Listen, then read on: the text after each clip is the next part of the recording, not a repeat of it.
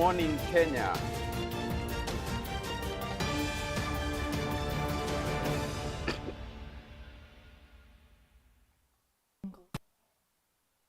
Good morning, Kenya. Rise and shine to the morning momentum, your daily dose of a comprehensive rundown of the top stories making the headlines. Today is the 16th day of January 2026, and this is a daily compendium of local and international news, human interest stories, current affairs, and expert opinion. Use the hashtag The Morning Momentum at Younib Media TV at Alphonce Albakwekwe.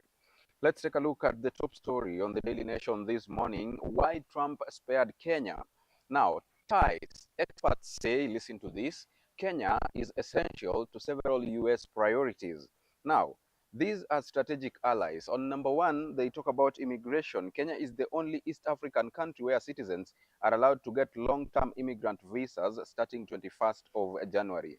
On issues to do with trade, the 10% reciprocal tariff for Kenya set by Trump in April 2025 is among the lowest. And number three, despite concerns raised by American lawmakers in 2025, Kenya still remains one of 20 countries with US and NATO ally status. That's about alliances.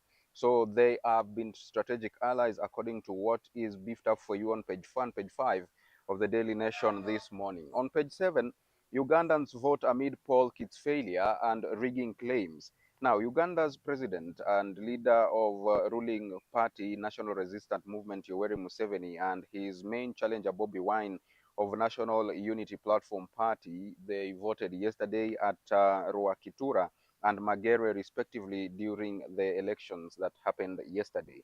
On page 2 of the Daily Nation this morning, how fugitive in girls murder blew his cover after 1 year on the run. We'll catch up with that. And on page 10 in the health sector this morning, Kemri explores promising plant in cancer drug search. That story is augmented for you on page 10. Let's get up close and candid with the nation. We start on page 2. Nyakio murder. Fight exposes fugitive after a year on the run. Kimathi used friends' phones to reassure his parents that he was safe. Seth Nyakio was strangled in a Thika apartment, her breath smothered for a year. Justice chased a slippery shadow across borders until a confrontation in Busia exposed and trapped her accused killer. That story is beefed up for you on page 2 of the Nation this morning. On page 3, journalists' torture claims reach the Supreme Court. Now, lower courts had awarded Ochieng 100,000, an amount he says is too little. The writer says he was assaulted during his detention at Kisumu Central Police Station and threatened with death. You want to catch up with that story augmented for you on page 3 of the Daily Nation this morning. Now, let's move on and take a look at page 4 now. Why Kenya keeps surviving Trump's punitive actions. Now, Kenya was the first country to enter a government-to-government healthcare aid deal with the United States government under Trump dubbed Kenya-US Health Cooperation Framework.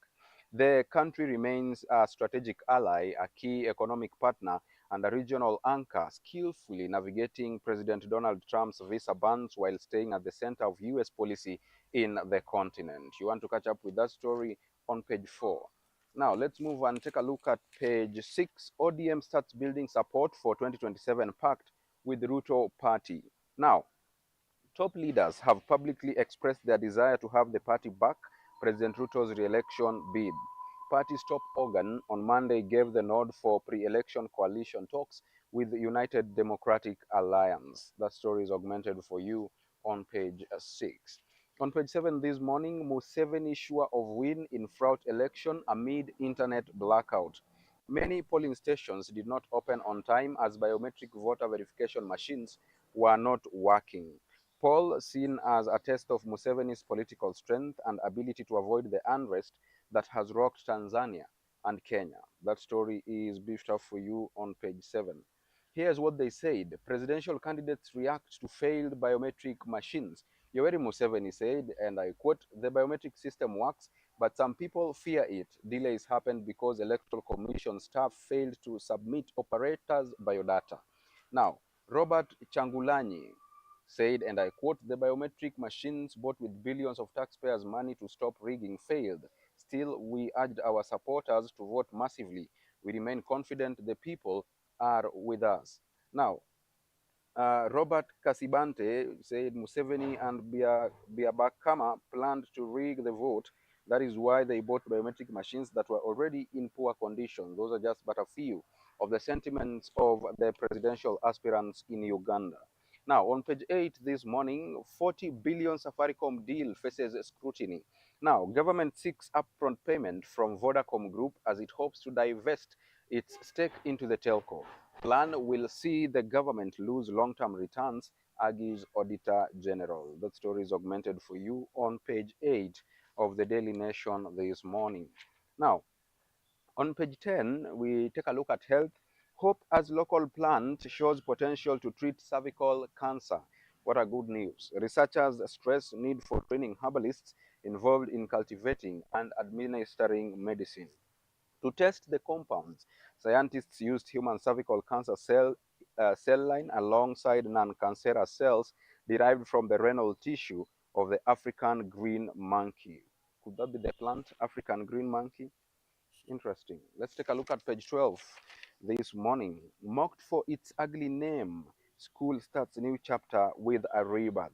Now, Piandpieri Primary, now renamed St. Mary's Nyalenda I Primary and Junior School, now a 6-decade-old name that once humiliated pupils is gone, making way for dignity, confidence, and a fresh start. As schools reopened this January, a quiet sense of excitement swept through a learning institution deep in the Nyalenda informal settlement in Kisumu County. Pupils who once walked in with the downcast eyes now streamed through the gates beaming, lifted by a simple yet profound change that has breathed new life into their school. You want to catch up with that story on page 12. All right, let's move on and take a look at the expert opinion.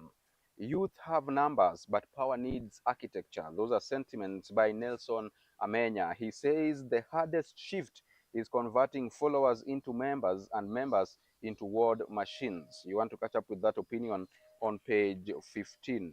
On DN2, the Voice article this morning, exiled for motherhood outside marriage.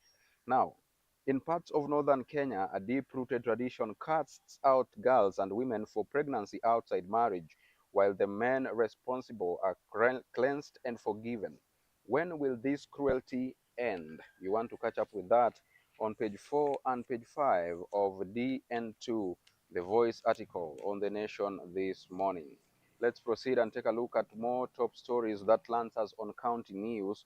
We start with Elgeyo Marakwet. Now, mudslide victims' joy as NYS homes plans take shape. Now, resettlement site was jointly selected by county and national authorities to build homes for victims. The first group of 53 families, identified as the most vulnerable among the 151 affected, will be relocated to communal land in the Kenya Power area. You want to catch up with that story on page 21. Now, still on page 21 this morning, highway attack by bandits leaves girl dead, two others injured near Kainuk. Now, bandits attacked a vehicle transporting goats along the Kitale-Lodwar highway on Wednesday morning, killing a 12-year-old girl and injuring two others near Kainuk town. The ambush occurred at around 10:30 a.m. between Kakong Center and Kainuk town in Aro sub-county, according to Kainuk Location Senior Chief Lochodo. The injured were rushed to Kainuk Health Center for treatment. Now, on page 22 this morning, red alert in arid north as drought ravages counties. The state has deployed 6 billion water and food to mitigate drought impacts. A devastating drought has left stock dead and communities struggling for water. You want to catch up with that story on page 22 of The Nation this morning.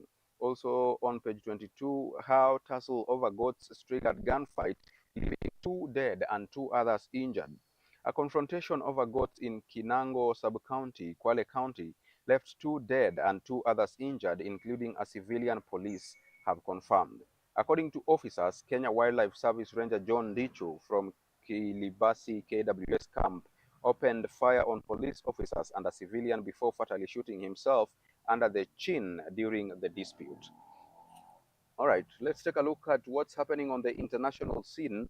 Somalia picks lessons from civic elections. Now, there were no documented incidents of violence or unrest. Private media outlets delivered the most professional and balanced coverage. You want to catch up with that story on page 23. Let's stay there a little bit. We go to Ethiopia. Ethiopia accuses Eritrea of arming rebels. Now, police in Ethiopia say they have seized thousands of rounds of ammunition sent by Eritrea to rebels in Amhara, escalating a feud between the foes that experts say could lead to renewed conflict. Eritrea's information minister did not respond to a request for a comment. Asmara has in the past dismissed claims that it meddles in Ethiopian affairs, accusing Addis Ababa of aggression with President Isaias Afwerki telling state-run media this week that Ethiopia's ruling party has declared war on Eritrea. Briefly, in Juba, South Sudan hosts 605,062 refugees. South Sudan hosted 605,062 refugees and asylum seekers in 161,400 households settled in 29 locations as of December last year, the United Nations said on Wednesday.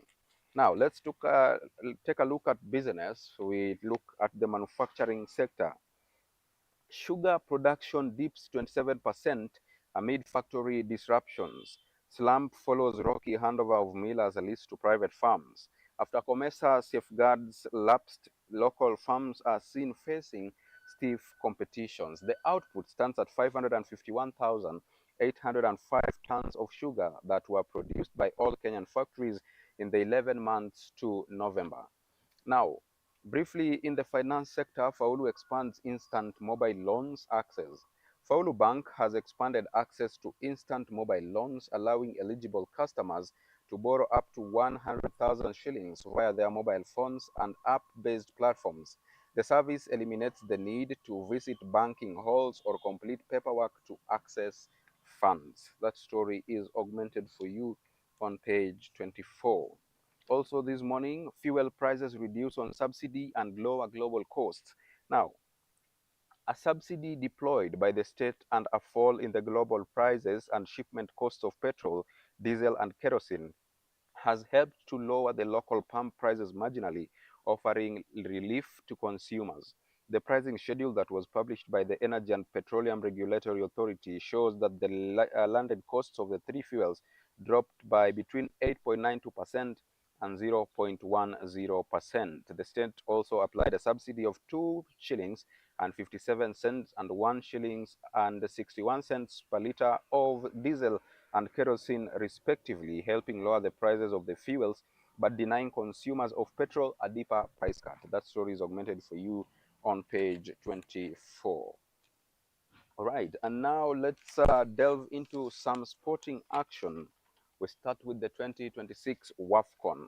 Kenya pooled with hosts Morocco but Odemba unfazed. Now, giants Nigeria in same group with Zambia, Egypt, and Malawi. If we don't play and experience the best, we can never be the best, says Starlet's coach. You want to catch up with that insight on page 30. On page 31 this morning, unexplained expenditure stalls operations of gender committee. Now, team established in 2024 to create safe environment for athletes is moribund. Audit has confirmed members' concerns that part of 20 million shillings seed money was not spent appropriately. You want to catch up with that story on page 31 of The Nation this morning. And on the cover page, homegrown talent, death of the foreign expert, quote unquote, as African coaches leave their mark in Morocco. 15 of the 24 competing teams were managed by African coaches. 11 of them reached knockout stages. Morocco's Walid Regragui, Nigeria's Eric Shell, Senegal's Pape Thiaw, and Egypt's Hossam Hassan have been key architects of the game's highest tactical level. You want to catch up with that on the cover page of the Daily Nation. And with that, we come to the tail end of today's session of the Morning Momentum on this 16th day of January 2025. Thank you so much for choosing to stay with us. We are grateful for keeping us company. See you next week, same time, same place. Until then, Do have a beautiful weekend ahead of you. Remember to stay safe and take care. My name is Alphonse Ouma.